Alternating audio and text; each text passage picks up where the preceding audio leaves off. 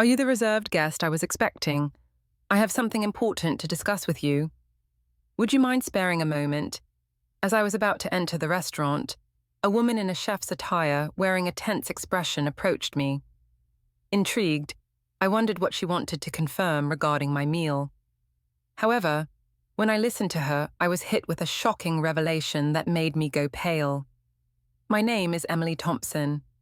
31 years old, working in the advertising industry, I work diligently to create better advertisements.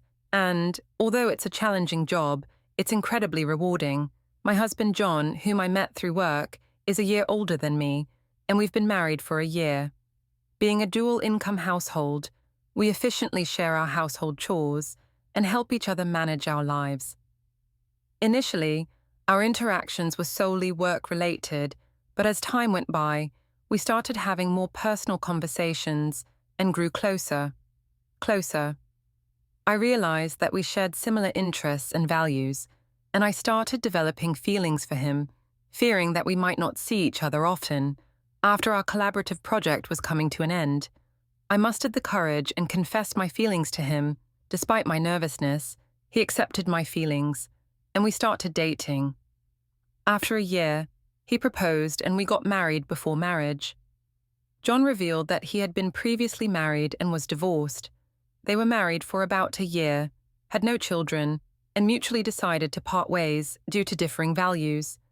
It seemed like John regretted not being able to make his previous marriage work. He appeared a bit reserved when it came to love, probably because of his past experience, but I understood, as long as there were no lingering issues. I didn't mind his past. It wasn't about wanting happiness for marriage, but wanting to live my life alongside JN. So I accepted the fact that John was divorced and went ahead with the wedding. Our married life was filled with happiness, but slowly, the real implications of JN being divorced began to unravel after our wedding. We moved to an apartment close to both our workplaces, and John's parents live nearby, and we get along well. Our married life has been smoother than I anticipated. Initially, I had concerns about living so close to my in-laws, fearing potential conflicts, but they were always kind to me, given our work schedules. John and I hardly have time during the weekdays, but we make the most of our weekends, living with my husband due to both of us working. We don't get much leisure time together on weekdays, except for brief conversations at dinner. Therefore, we spend a lot of time together on weekends. We both enjoy eating and often cook dishes. We want to try at home, ideally. Dining out would be great, but I have an allergy to fruits from the rosacea family, so I can't casually eat out, even when I think a dish doesn't contain these fruits. They might be used as a hidden ingredient, making it tedious to constantly check with restaurants. Even a slight touch causes my skin to turn red and swell. I feel bad asking about ingredients at restaurants and have developed an aversion to dining out due to this. I developed this allergy as an adult, and initially I was taken aback since I hadn't expected it. I recall a time when I ate a lot of strawberries and my mouth swelled up, making it difficult to breathe. I used to eat fruits frequently, and after getting tested at the hospital, I was devastated to find out about my rosacea fruit allergy, discovering that I could no longer eat favorites, like strawberries, apples, pears, and peaches saddened me. I've had reactions after eating food I thought was safe, only to find out they contained allergens, which further discouraged me from dining out. This made me apprehensive about buying ready-made meals or snacks, adding a bit of stress to my life, perhaps due to the initial severe allergic reaction and the sadness of not being able to eat my favorite fruits. I became overly cautious about checking ingredients during meals with my husband while we were dating. My constant checks made me feel apologetic. However, I can't feel at ease without thorough confirmation, and without it, I can't fully enjoy meals. Still, we love eating. My husband and I would select ingredients and enjoy cooking together, a routine that helped reduce my excessive worries. Fortunately, both my husband and his parents understood my allergies, easing the mental burden I felt after getting married, especially my mother-in-law, who had a deep understanding of allergies due to her father's severe wheat allergy. Wheat is commonly used in many products, and even a little bit effective. Him allergies can be lethal. So we were very careful. She explained that she researched my allergy and always ensured that meals were safe for me. When we dined at her place or went out, she took extra precautions, allowing me to enjoy meals without worries. You shouldn't have to be scared during meals. I'll make sure everything is safe for you, she told me, which almost moved me to tears.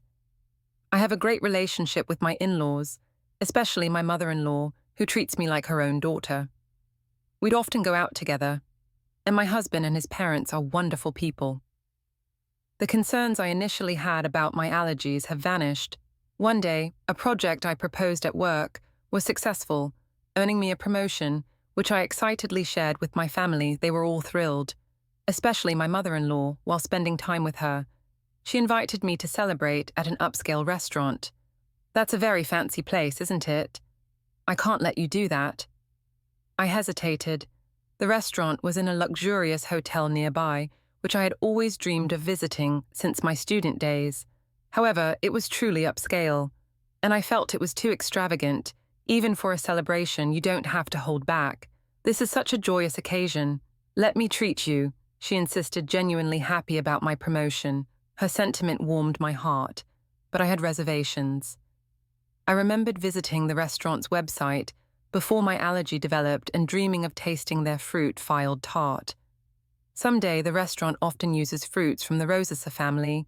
While I appreciate my mother-in-law's kindness, besides the issue of the restaurant being upscale, I'm hesitant because they frequently use fruits from the Rosich family, to which I'm allergic. Whenever I dined out with my mother-in-law in the past, we informed the restaurant of my allergy beforehand, but each time I felt guilty asking them to accommodate my dietary restrictions, so we often chose restaurants that seldom use my allergenic foods. I worry that even if we inform this restaurant about my allergy, it might inconvenience them due to their frequent use of fruits. Of course, dishes without these fruits are safe for me, and I'm tempted to try them, however, considering the kitchen likely processes these fruits as well. The risk scares me. In the end, I decided to decline the offer because of my concerns about an allergic reaction. Still, my mother-in-law was keen on the idea. I'll inform them about the allergy when I make the reservation. Don't worry, I also have a connection there, so they'll take good care of us. I was surprised to hear that she had a connection to the restaurant, given that neither she nor my husband had ever mentioned it. However, I assumed it wasn't something she boasted about, considering my mother-in-law's enthusiasm and my genuine interest in the restaurant's cuisine. We decided to have lunch there together. Given that it was a suggestion from my mother-in-law, who had always been considerate of my allergies, I felt relieved, thinking there was nothing for me to worry about when I told my husband about this. He was surprised to hear that his mother had connections at the restaurant. He'd also mentioned that the restaurant sometimes serves fruit, and he appreciated their consideration for alteres. When I shared with my husband that my mother-in-law had informed the restaurant about my allergies during the reservation and that they would take precautions, he seemed relieved. It's a celebration of your promotion, right? Make sure to enjoy yourself, he said with a laugh. Initially, I declined because of my allergies, but I had always admired the restaurant, so I was excited about dining there. On the day I had been eagerly waiting for, since it was a weekday, I took the half-day off. After finishing my morning work, I planned to head straight to the restaurant. Being a high-end place, I chose a more formal outfit than usual and paid extra attention to my appearance when going to work. Colleagues noticed my attire and asked about my plans when I told them about the meal. They wished me a good time. Before I left the office, excitedly, as I entered the hotel entrance, my mother-in-law was already there. The two of us headed to the restaurant on the first floor, and since we had a reservation, we were immediately escorted to our table. Our reservation was for 1 p.m., but due to the busy lunchtime, we were informed that the serving might be a bit delayed. Understanding the popularity of the high-end restaurant, I decided to order just drinks for the time being and wait patiently, having already finished work and being encouraged by my mother-in-law. I ordered champagne. We enjoyed our conversation while waiting for our meal. I've had champagne before. The one I had that day tasted the best, feeling the effects of the alcohol and the anticipation of dining at a restaurant I had longed for. I was in high spirits from the dishes at the neighboring tables. I could tell the food looked delicious, and I eagerly awaited our meal. Suddenly, my phone rang from inside my bag. Realizing I hadn't turned it off during my meal with my mother-in-law, I tried to shut it off. Seeing the incoming call was from work, I sobered up immediately, worried that there might be a problem. I excused myself from my mother-in-law and stepped out of the restaurant to take the call, ensuring no one was around. In case of sensitive information, the call was regarding a document I had submitted earlier that day. My colleague urgently needed clarification, relieved that it wasn't because of an error on my part. I answered their questions and wrapped up the call in about 5 minutes as I was about to turn off my phone to go back and enjoy my meal. An unfamiliar woman approached me. "Excuse me, you're the customer who made a reservation for today's meal at the restaurant, right?" The woman was dressed as a chef, presumably from the restaurant's kitchen. She looked rushed and a bit out of breath with a concerned expression. I wondered why she would come out during such a busy time. I was puzzled, but when she said she needed to confirm something, answered her questions. Her face went pale, and she urgently told me to leave the hotel immediately. It's dangerous to go back to the restaurant. Now, please leave the hotel and ensure your safety. Immediately suspicious of the woman's intense demeanor. I asked for clarification. Once I grasped the situation, I felt the blood drain from my face. I quickly hopped into a taxi, waiting in front of the hotel, and headed home that evening. My mother-in-law called when I picked up. She was furious about me leaving her at the hotel and returning home without saying anything, causing embarrassment since she had reserved a special course. You had everything set up to celebrate, and you just leave without a word. Don't you know basic manners? What kind of upbringing did you have? She was angry in a way I had never seen from my mother-in-law before, and she started to berate me. I had always thought of my mother-in-law as a kind and gentle person, but there was no trace of that now. I believed that the kind mother-in-law I had known would be upset if I left, without saying anything, would also be concerned about whether something had happened to me. However, she was furiously yelling with such intensity that I began to believe the rumors about her were true. As I remained silent, she continued to berate me further, complaining even about my parents and how they raised me. "You've been silent this whole time. Don't you realize you've done something wrong? You're not fit to be my son's wife." After a long tirade, she finally seemed to calm down a bit. I then quietly posed a question to her. "You told me that you informed the restaurant about my allergies when you made the reservation today, and I could relax, right? But the restaurant wasn't aware of my allergies, so what happened, in fact, the meal today had ingredients that I was allergic to, not only in the dessert but also in the main courses. The allergenic ingredients were used in marinades and sauces, which weren't apparent from just looking." The woman who approached me earlier had taken the reservation call from my mother-in-law, and she said that no mention of my allergies had been made. However, she noticed the allergy badge on my bag and came to check just in case. Being the chef responsible for our meal that day, she immediately noticed the inclusion of the allergenic ingredients. If she hadn't informed me, I would have unknowingly consumed the food with allergens, which would have resulted in a severe allergic reaction. Initially, I doubted that my mother-in-law would purposely make me consume allergens, but considering the woman took time out of her busy schedule to inform me, I quickly believed her.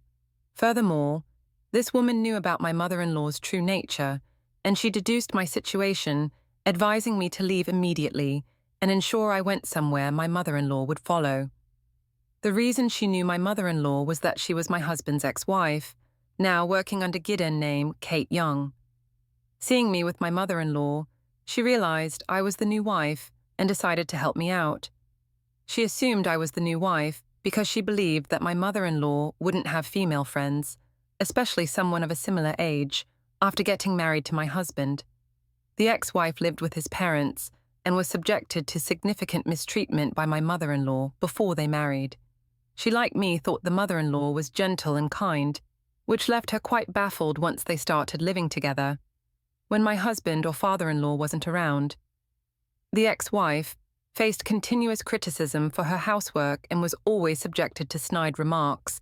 Being a full-time housewife, she had no escape despite her culinary skills, hung from attending a professional cooking school. The mother-in-law still found faults with her dishes, even discarding them at times. She considered discussing this with her husband, but the mother-in-law was adept at concealing her true nature, especially around him. Feeling her complaints would fall on deaf ears. The ex-wife aimed to gather evidence. However, as she had recently become a full-time housewife, she lacked funds and was almost constantly under the watchful eye of the mother-in-law. Unable to gather proof, and without anyone to confide in, she felt trapped in this life, so she fled in the form of a divorce. Despite never having worked before, she utilized her culinary license to seek employment and was lucky to land a job. At the restaurant, she worked diligently. And over time, the memories of her mistreatment faded, and she began to enjoy her work, after a few years, as she matured into a full-fledged chef. For some reason, my mother-in-law discovered she worked there and started frequenting the restaurant. Upon realizing her ex-daughter-in-law was there, she discreetly threatened her for discounts. While she declined, absurd demands past traumas influenced her to yield to some, and the connection my mother-in-law spoke of referred to the ex-wife. When I questioned why she hadn't communicated my allergies to the restaurant, my mother-in-law fed ignorance. "I knew about your allergies, so I must have told them. Maybe it's the staff's oversight," she countered defensively, placing the blame on the restaurant staff, given that the reservation call was handled by the ex-wife. It's probable that my mother-in-law deliberately didn't mention the allergies, intending to pin the blame on the restaurant. However, I was already onto her game, considering the restaurant's stringent guidelines on allergies if informed. They'd have accommodated my dietary needs. Moreover, they record calls for dispute resolutions, so it would be easy to verify who was at fault when confronted with this. My mother-in-law, not in anticipating recorded evidence, fell silent. I pressed on. "You've always been cautious about my allergies. Why did you not mention them this time until now?" My mother-in-law was well aware of the dangers of allergies and always showed concern, so I never imagined she'd do something like this. She knew that by doing this it wouldn't end well for me, given that we had a good relationship until now.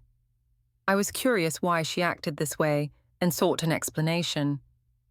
After a brief silence, she shouted defiantly, "I despise you. You outshine me. You deserve some pain."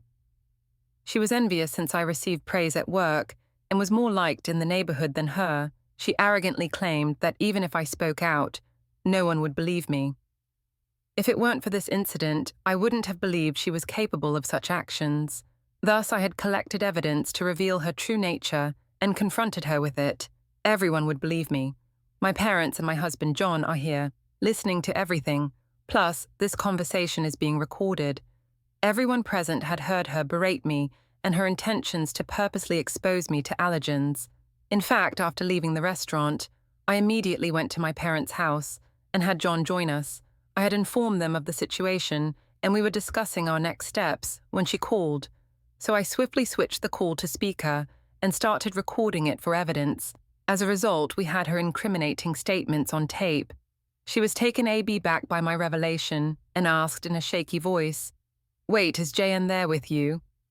She never expected her son to find out, and asked in a trembling voice in response. Her son, who had been silent and emotionless, gathering evidence, spoke up. "I heard everything. I can't believe you do something like this, Mom," he said in a suppressed, angry tone. She hastily began making excuses. "It wasn't like that. I didn't mean." Her desperate attempt seemed insincere, especially after her earlier outburst. His anger was evident, as he shouted not only towards Kate, but also towards Emily. "I don't even want to think of you as my mother anymore." We're cutting ties. Given the true nature of the mother he had trusted, John was beyond furious. He then declared his estrangement from her, ignoring her cries. Furthermore, my parents said that they would sue her for attempted murder, and John cut off the call, disregarding her voice later when John informed his father about the incident. He was furious and suggested divorce, eventually throwing her out of the house with no relatives to rely on, no income. And being a housewife, she clung desperately, pleading and crying. Her husband, feeling a final bit of pity, put her in a basic apartment, paid the first month's rent, and told her to find work so she could support herself. But having been a housewife, she seemed to lack the drive to work, and for some reason clung to both JN and me. She barged into our house demanding money, but we drove her away, telling her to earn it herself. Especially John, who was extremely stern, ensuring she wouldn't approach our house again later on. Rumors suggested she started working at a nearby supermarket, but she seemed quite disheveled.